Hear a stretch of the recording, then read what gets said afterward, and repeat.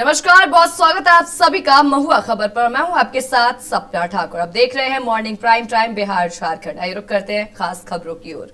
भागलपुर के समीक्षा भवन में जिला कार्यक्रम क्रियान्वयन समिति की अहम बैठक आयोजित की गई। बैठक में जिले की विकास योजनाओं की प्रगति की समीक्षा की गई और अधिकारियों को समयबद्ध तरीके से कार्य पूरा करने के निर्देश दिए गए। बैठक की अध्यक्षता नगर विकास एवं आवास विभाग के मंत्री और भागलपुर जिले के प्रभारी मंत्री नीतीश मिश्रा ने की। इस दौरान बिहार सरकार के पथ निर्माण मंत्री इंजीनियर शैलेंद्र भी मौजूद रहे। बैठक में शामिल होने पहुंचे दोनों मंत्रियों का जिलाधिकारी डॉक्टर नवल किशोर चौधरी ने अंग वस्त्र और पौधा भेंट कर स्वागत किया। बैठक में जिले के सभी विधायक, विभागीय अधिकारी, नगर निगम के महापौर, उप महापौर, जिला परिषद अध्यक्ष और अन्य जनप्रतिनिधि शामिल हुए। करीब 3 घंटे तक चली बैठक में विभिन्न विभागों की योजना और विकास कार्यों की विस्तृत समीक्षा की गई। मंत्री नीतीश मिश्रा ने अधिकारियों से योजनाओं के प्रगति की रिपोर्ट ली और जनप्रतिनिधियों से क्षेत्रीय समस्याओं और विकास कार्यों को लेकर सुझाव भी प्राप्त किया। उन्होंने कहा कि विकास योजनाओं की नियमित मॉनिटरिंग की जाएगी और लिए गए निर्णयों की समीक्षा के लिए जल्द ही दोबारा बैठक बुलाई जाएगी। मंत्री ने अधिकारियों को सभी योजनाओं को तय समय सीमा में पूरा करने के निर्देश देते हुए विकास कार्यों में तेजी लाने पर भी जोर दिया। जहां 3 घंटे विकास कार्यों को लेकर के ये बैठक चली, योजनाओं की मॉनिटरिंग को लेकर मंत्री सख्त नजर आए। भागलपुर के समीक्षा भवन में जिला कार्यक्रम क्रियान्वयन समिति की अहम बैठक आयोजित की गई। बैठक में जिले की विकास योजनाओं की प्रगति की समीक्षा की गई और अधिकारियों को समयबद्ध तरीके से कार्य पूरा करने के निर्देश दिए गए। तो बैठक की अध्यक्षता नगर विकास एवं आवास विभाग के मंत्री और भागलपुर जिले के प्रभारी मंत्री नीतीश मिश्रा ने की और इस दौरान बिहार सरकार के पथ निर्माण मंत्री इंजीनियर शैलेंद्र भी मौजूद रहे। बैठक में शामिल होने पहुंचे दोनों मंत्रियों का जिलाधिकारी डॉक्टर नवल किशोर चौधरी ने अंग वस्त्र और पौधा भेंट कर स्वागत किया। बैठक में जिले के सभी विधायक, विभागीय अधिकारी, नगर निगम के महापौर, उप महापौर, जिला परिषद अध्यक्ष और अन्य जनप्रतिनिधि शामिल हुए। तो करीब 3 घंटे तक चली बैठक में विभिन्न विभागों की योजनाओं और विकास कार्यों की विस्तृत समीक्षा की गई। मंत्री नीतीश मिश्रा ने अधिकारियों से योजनाओं की प्रगति की रिपोर्ट ली और जनप्रतिनिधियों से क्षेत्रीय समस्याओं और विकास कार्यों को लेकर सुझाव भी प्राप्त किया। और इसी के साथ उन्होंने कहा कि विकास योजनाओं की नियमित मॉनिटरिंग की जाएगी और लिए गए निर्णयों की समीक्षा के लिए जल्द ही दोबारा बैठक बुलाई जाएगी। और इसी के साथ मंत्री ने अधिकारियों को सभी योजनाओं को तय समय सीमा में पूरा करने के निर्देश देते हुए विकास कार्यों में तेजी लाने पर भी जोर दिया। जहां इस बैठक में मंत्री ने सभी को निर्देश दिया कि वो सभी योजनाओं पर कार्य करें और विकास योजनाओं की बड़ी समीक्षा की बैठक की गई, जिसमें सभी को कई सारे निर्देश दिए गए। प्रभारी मंत्री ने अधिकारियों को निर्देश दिया और इसी के साथ सभी कार्य को जो तय समय सीमा की गई है उस पर कार्य पूरा करने की बात भी की गई है और कहा कि बिल्कुल भी कोताही बर्दाश्त नहीं की जाएगी। सभी को अपना कार्य समय पर पूरा करना होगा ताकि जनता में विश्वास बना रहे, जनता सभी पे विश्वास करे। और इसके साथ ही उन्होंने कहा कि जो भी कार्य है उन्हें समय पर पूरा करना अनिवार्य होगा। विकास योजनाओं की बड़ी समीक्षा बैठक की गई। इसी के साथ उन्होंने कहा कि आगे भी इस तरीके की बैठक की जाएगी। तो गोपालगंज पुलिस के ऑपरेशन मुस्कान अभियान के तहत हथुआ अनुमंडल पुलिस को बड़ी सफलता मिली है। विभिन्न थानों में दर्ज गुम मोबाइल मामलों की जांच के दौरान पुलिस ने 10 मोबाइल फोन बरामद कर उनके वास्तविक मालिकों को सौंप दिया। लंबे समय से अपने खोए हुए मोबाइल की उम्मीद छोड़ चुके लोगों के चेहरे पर फोन वापस पाने से खुशी से खिल उठे। जानकारी के अनुसार बरामद मोबाइलों में उचका गांव थाना क्षेत्र के 4, फुलवरिया थाना क्षेत्र के 4, हथुआ थाना क्षेत्र का 1 और विजयपुर थाना क्षेत्र का 1 मोबाइल शामिल है। तकनीकी जांच और सत्यापन प्रक्रिया पूरी करने के बाद सभी मोबाइल उनके असली मालिकों को लौटा दिए गए। हथुआ अनुमंडल कार्यालय परिसर में आयोजित कार्यक्रम में एसडीपीओ आनंद मोहन गुप्ता ने मोबाइल धारकों को उनके फोन सौंपे और इस दौरान लोगों ने पुलिस की तत्परता और कार्यशैली की सराहना की। कई लाभार्थियों ने दावा किया कि उन्हें उम्मीद नहीं थी कि उनका मोबाइल वापस भी मिल जाएगा, लेकिन पुलिस के प्रयासों से यह संभव हुआ। एसडीपीओ ने बताया कि पुलिस अधीक्षक के निर्देश पर ऑपरेशन मुस्कान चलाया जा रहा है, जिसका उद्देश्य गुम हुए मोबाइल और अन्य सामान को बरामद कर उनके मालिकों तक पहुंचाना है।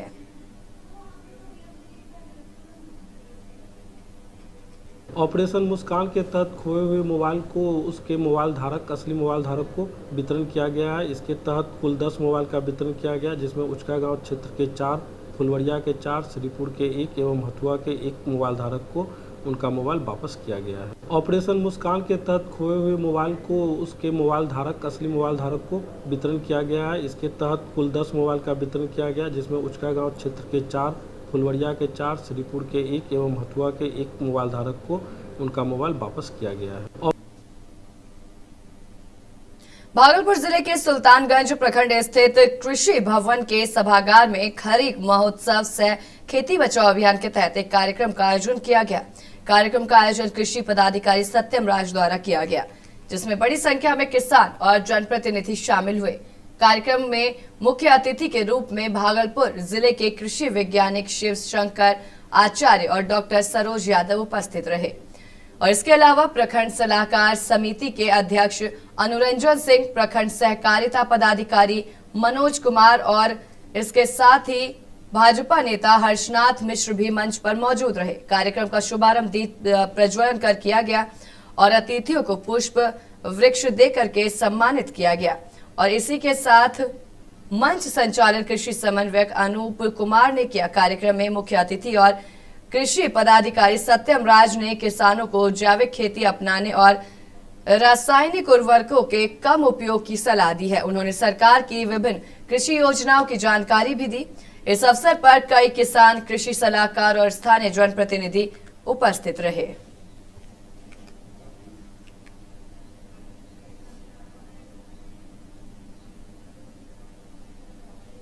बिहार के मुख्यमंत्री सम्राट चौधरी ने सोमवार को नवादा के बेन में 31 करोड़ 20 लाख रुपए की लागत से बनने वाले बाणासुर इंटीग्रेटेड एक्का पार्क का रिमोट से माध्यम से शिलान्यास किया। इस अवसर पर उन्होंने कहा कि बिहार को समृद्ध बनाने का जो सपना पूर्व मुख्यमंत्री नीतीश कुमार ने देखा है, उसे धरातल पर उतारने का काम तेजी से किया जा रहा है। मुख्यमंत्री ने अपने संबोधन में कहा कि ये दिन बिहार के विकास के लिए ऐतिहासिक है। उन्होंने ये भी कहा कि पटना की तरह मरीन ड्राइव का विस्तार बक्सर तक किया जाएगा। विपक्ष द्वारा अतिक्रमण हटाने को लेकर के उठाए गए सवालों पर उन्होंने स्पष्ट किया कि गरीबों के लिए सरकार आवास बना रही है, लेकिन अतिक्रमणकारियों को बख्शा नहीं जाएगा। उन्होंने कहा कि जिनके 20 साल पुराने घर हैं, उन्हें नहीं तोड़े जाएंगे, लेकिन अवैध कब्जों पर कार्रवाई जारी रहेगी। कार्यक्रम में भारी भीड़ मौजूद रही और पंडाल खचाखच भरा हुआ था। मुख्यमंत्री ने यह भी घोषणा की कि आने वाले 2 वर्षों में ऐसी व्यवस्था सुनिश्चित की जाएगी कि डीएम और एसपी के बच्चों के साथ साथ जनप्रतिनिधियों के बच्चे भी सरकारी स्कूलों में शिक्षा ग्रहण करेंगे। कार्यक्रम में पशुपालन मंत्री ललन सिंह, विधि मंत्री संजय सिंह टाइगर, कई विधायक और जनप्रतिनिधि मौजूद रहे। धन्यवाद ज्ञापन भोजपुर डीएम तने सुल्तानिया ने किया। हमें सूचना प्राप्त हुई कि पानी की किल्लत हो रही है। ये तो भगवान इंद्र देवता का ही कृपा होगा। भगवान से कामना भी करता हूँ कि जल्द बारिश, झमाझम बारिश हो और ये इलाका, ये जो शाहबाद का इलाका है, ये तो धान का कटोरा है और इस धान के कटोरे को एक तरह से समृद्धि का रास्ता भी बनाना है। तो भगवान से कामना भी करता हूँ कि जल्द से जल्द बारिश हो। झोपड़ियों पर, उनके घरों पर अतिक्रमण के नाम पर बुलडोजर चल रहे हैं। आपसे गुजारिश है कि आप कम से कम जमीन दीजिए, आवास दीजिए। वैकल्पिक व्यवस्था होने के बाद भी किसी को कहा कि हटाया जाए, चाहे वो आग भवन के फील्ड पर हो, चाहे वो सड़कों के किनारे हो या चाहे वो चाक में बसे हो। हमने दूसरी मांग उठाई थी कि सोन नहर के किनारे जितने गांव है सर, ये बहुत ही दुर्भाग्यपूर्ण है कि सोन नदी के किनारे के गांवों का पीने के पानी का जल स्तर घट रहा है, चापाकल पानी छोड़ रहे हैं। हमें सूचना प्राप्त हुई कि पानी की किल्लत हो। बता दें, यहाँ पर मंच पे आप देख सकते हैं, यहीं पे थे और इंटीग्रेटेड जो एक्वा पार्क का शिलान्यास किए हैं बगल में आप देख सकते हैं कि एक्वा पार्क शिलान्यास का जो बोर्ड लगा हुआ है वो आप रिमोट से ही इसका जो है शिलान्यास की है। यहाँ पर पूरे मंच पर जो है राघवेंद्र प्रताप, सुनील पांडे सहित तमाम जो संजय टाइगर मंत्री, सुदामा प्रसाद सांसद, तमाम राकेश ओझा, तमाम लोग यहाँ पर थे। मंच भरा हुआ था। बता दें यहाँ पर मंच पे आप देख सकते हैं यहीं पे थे। अमावस्या व्रत के अवसर पर सोमवार को बाढ़ में श्रद्धा और आस्था का अद्भुत संगम देखने को मिला।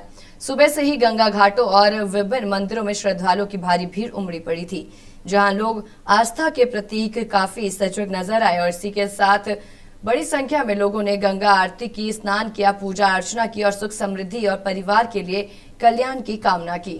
अमावस्या के विशेष महत्व को देखते हुए महिलाओं ने पीपल वृक्ष की विधि विधान से पूजा अर्चना की और उसकी परिक्रमा कर अपने पति की दीर्घायु, परिवार की खुशहाली और साथ ही अखंड सौभाग्य का आशीर्वाद मांगा। और वहीं अगर देखें तो मंदिर परिसरों में वैदिक मंत्रोच्चारण, भजन कीर्तन और धार्मिक अनुष्ठानों से वातावरण पूरी तरह से भक्तिमय बना रहा। स्थानीय पुजारी मुन्ना पांडे ने बताया कि सनातन परंपरा में अमावस्या के दिन पीपल वृक्ष की पूजा का विशेष महत्व है और मान्यता है कि श्रद्धा पूर्वक पूजा और परिक्रमा करने से परिवार में सुख शांति बनी रहती है और मनोकामनाएं पूर्ण होती हैं। दिन भर गंगा घाटों और मंदिरों में श्रद्धालुओं की आवाजाही बनी रही। भीड़ को देखते हुए प्रशासन की ओर से आवश्यक व्यवस्थाएं की गई थी। शांतिपूर्ण माहौल में श्रद्धालुओं ने धार्मिक अनुष्ठानों में भाग लिया। अमावस्या के अवसर पर पूरा बाढ़ क्षेत्र भक्ति आस्था में आध्यात्मिक उल्लास के रंग में रंगा हुआ नजर आया। तो सीमांचल की राजनीति में एक बार फिर बयानबाजी तेज हो गई है। एआईएमआईएम के राष्ट्रीय प्रवक्ता आदिल हसन ने कटिहार सांसद तारिक अनवर पर तीखा हमला बोलते हुए उन पर जनता के मुद्दों को लेकर निष्क्रिय रहने का आरोप लगाया। उन्होंने तंज कसते हुए कहा कि कभी यूपीए के डार्लिंग सांसद रहे तारिक अनवर अब सौंफ खाकर चुप रहते हैं और जनता की समस्याओं पर उनकी आवाज सुनाई नहीं देती।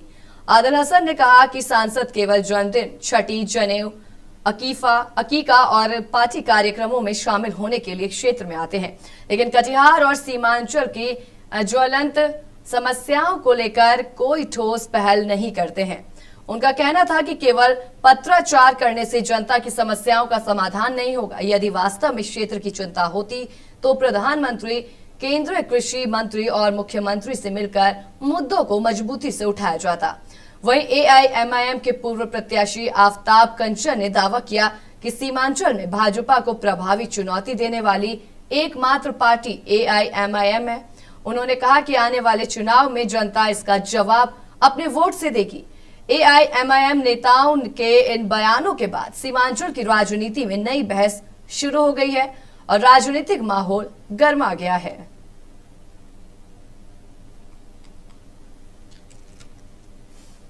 अरे हम तो बिना खड़े में 20 एमपी चला गया तो उसमें किसको फायदा होता है? मेरा एमएलए पांचों एमएलए हमने ईमानदारी से राज्यसभा में दिया।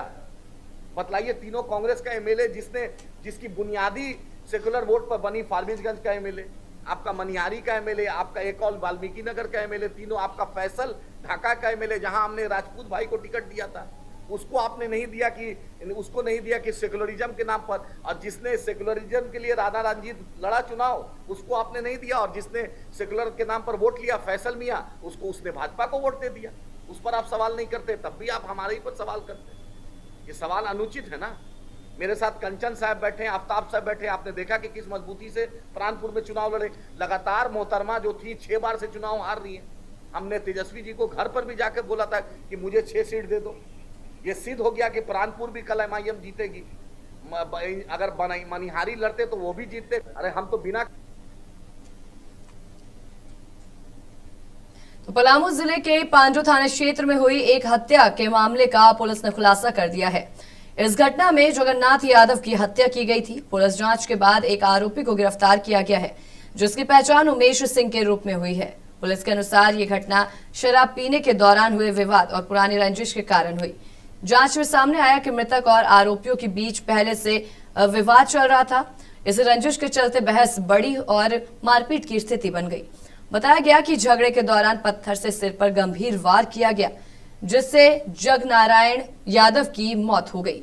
पुलिस ने तकनीकी और सूचना के आधारित जांच के बाद आरोपी को गिरफ्तार कर लिया। पूछताछ में आरोपी ने अपराध स्वीकार कर लिया और बताया कि इस घटना में 2 अन्य लोग भी शामिल थे, जिनमें विकास सिंह और अभिषेक कुमार सिंह का नाम सामने आया है। पुलिस ने दोनों फरार आरोपियों की तलाश तेज कर दी है और लगातार छापेमारी की जा रही है। इस घटना के बाद इलाके में तनाव का माहौल है और सुरक्षा व्यवस्था कड़ी कर दी गई है।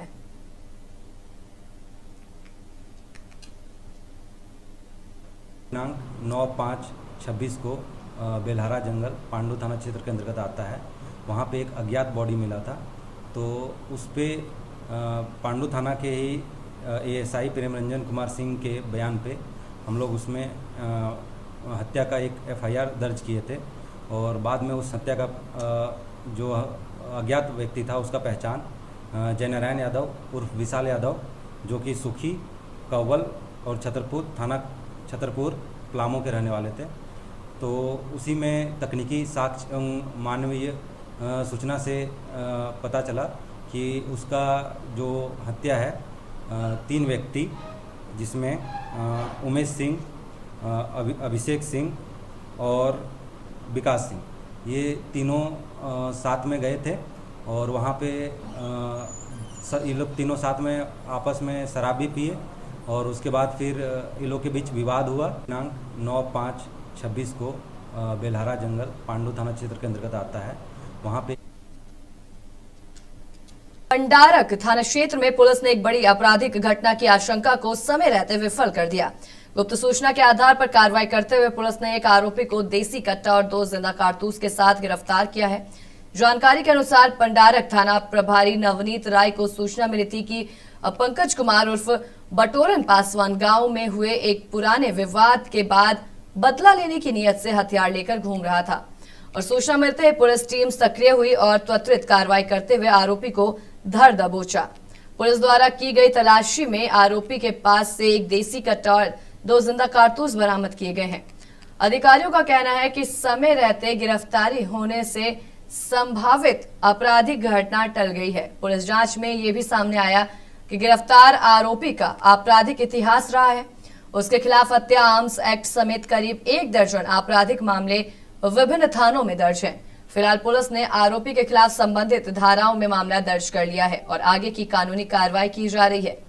पुलिस मामले की विस्तृत जांच में जुटी हुई है। जांच पड़ताल की जा रही है और पता लगाने की कोशिश की जा रही है कि इसमें कौन कौन संलिप्त है। तो तमाम तरीके के पहलुओं पर जांच पड़ताल की जा रही है और इसी के साथ गुप्त सूचना के आधार पर त्वरित कार्रवाई करते हुए पुलिस ने सूचना प्राप्त की और जिसके बाद गिरफ्तारी हुई है। फिलहाल विस्तृत जांच में पुलिस जुटी हुई है और मामले की जांच पड़ताल की जा रही है।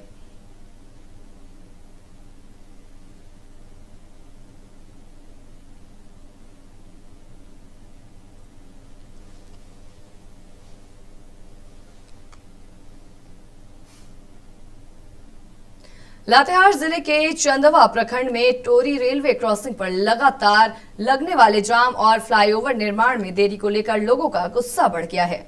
इसी समस्या से परेशान किसानों और माकपा कार्यकर्ताओं ने सोमवार को एक बड़ा विरोध प्रदर्शन किया। माकपा राज्य सचिव प्रकाश विप्लव के नेतृत्व में प्रदर्शनकारियों ने उदयपुरा से जिला समाहरणालय तक लगभग 7 किलोमीटर लंबी पदयात्रा निकाली और इसके बाद उन्होंने उपायुक्त को ज्ञापन सौंपकर समस्या के समाधान की मांग की है।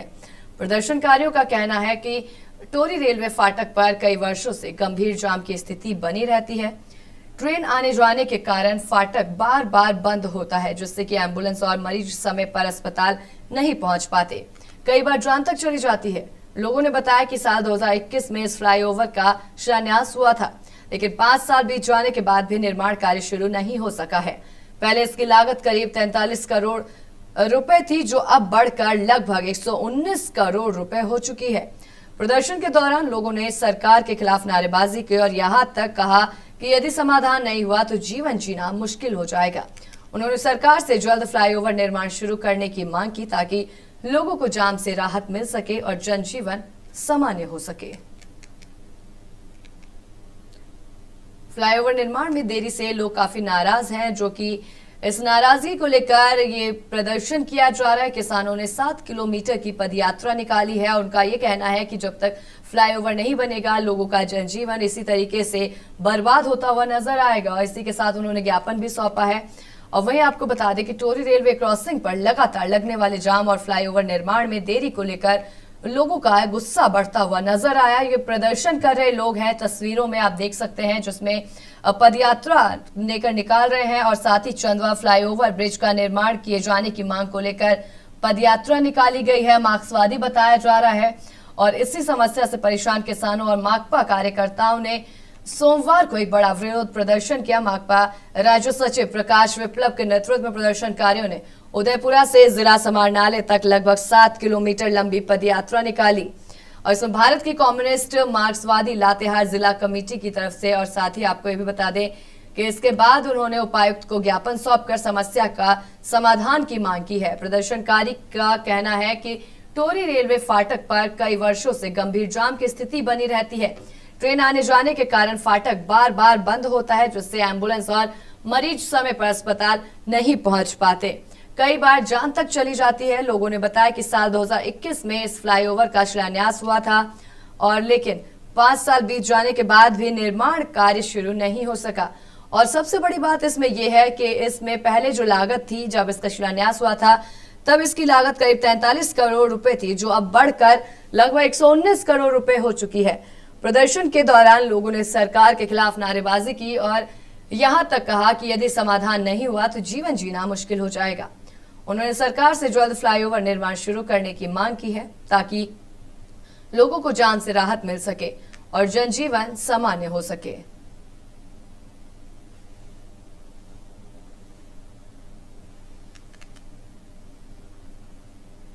तो चलिए इसी के साथ रुक करेंगे खास खबर की ओर। बिहार की सियासत में एक बार फिर पंचायती राज मंत्री दीपक प्रकाश को लेकर नया विवाद खड़ा हो गया है। सवाल यह है कि क्या बिना किसी सदन का सदस्य बने कोई व्यक्ति मंत्री पद पर बना रह सकता है? विधान परिषद चुनाव में टिकट न मिलने के बाद उनकी स्थिति पर संशय गहराता जा रहा है और इसी बीच आरएलएम प्रमुख उपेंद्र कुशवाहा के बयान ने राजनीतिक बहस को और तेज कर दिया है। पेश है पटना से मुकेश कुमार की ये खास रिपोर्ट। बिहार सरकार के पंचायती राज मंत्री दीपक प्रकाश की मुश्किलें थमने का नाम नहीं ले रही हैं। पहले नीतीश कुमार के नेतृत्व वाली सरकार में मंत्री पद की शपथ लेने और फिर सत्ता परिवर्तन के बाद सम्राट चौधरी की सरकार में दोबारा मंत्री बनने के बाद अब उनके संवैधानिक दर्जे पर सवाल उठ रहे हैं। नियमों के मुताबिक कोई भी मंत्री अगर किसी भी सदन का सदस्य नहीं है तो उसे 6 महीने के भीतर विधानसभा या विधान परिषद का सदस्य बनना अनिवार्य होता है, अन्यथा उसे पद छोड़ना पड़ता है। इसी आधार पर विपक्ष नैतिक जिम्मेदारी तय करते हुए उनके इस्तीफे की मांग कर रहा है। बिहार में पल पल बदलती राजनीति एक बार फिर चर्चा का केंद्र बना हुआ है और चर्चा का केंद्र इस बार है दीपक प्रकाश। उपेंद्र कुशवाहा के बेटे दीपक प्रकाश को लेकर के है कि जहां उपेंद्र कुशवाहा ने इस बात को कहा कि फुल टर्म मतलब 5 सालों तक दीपक प्रकाश मंत्री बने रहेंगे। अब ऐसे में सवाल उठता है कि दीपक प्रकाश के पास आधार क्या है। बीजेपी के मंत्री इस बात को कहते हैं कि ये मेरे शीर्ष नेतृत्व तय करेंगे। मतलब साफ है कि एनडीए में सारा कुछ बेहतर नहीं है, अंदर खाने में कुछ है, दिखाने में कुछ है। लेकिन आरजेडी इस बात को साफ कहती है कि नैतिकता के आधार पर दीपक प्रकाश को अपने पद से इस्तीफा दे देना चाहिए।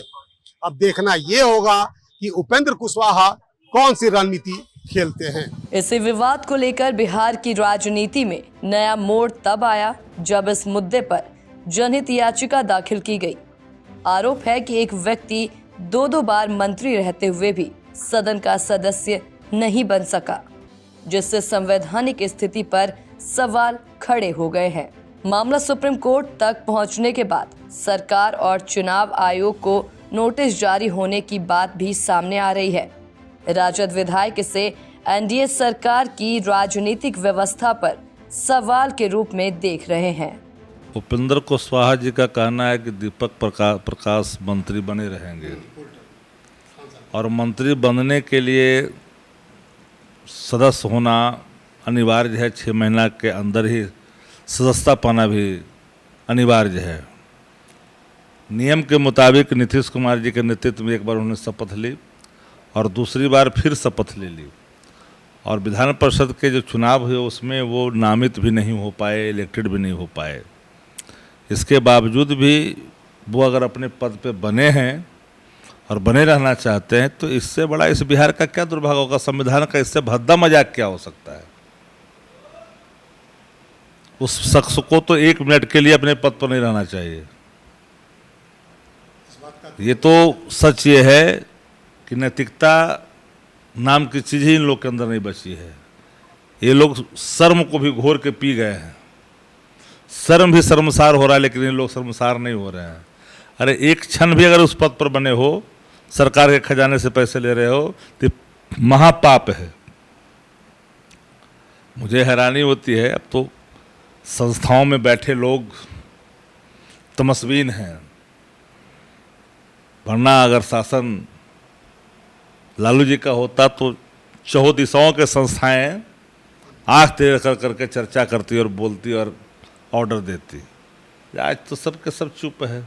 अब तो देखिए बिहार में कुछ भी संभव है और एनडीए की सरकार में कुछ भी संभव है। ये वही लोग हैं ना जो राम राज लाने वाले लोग हैं।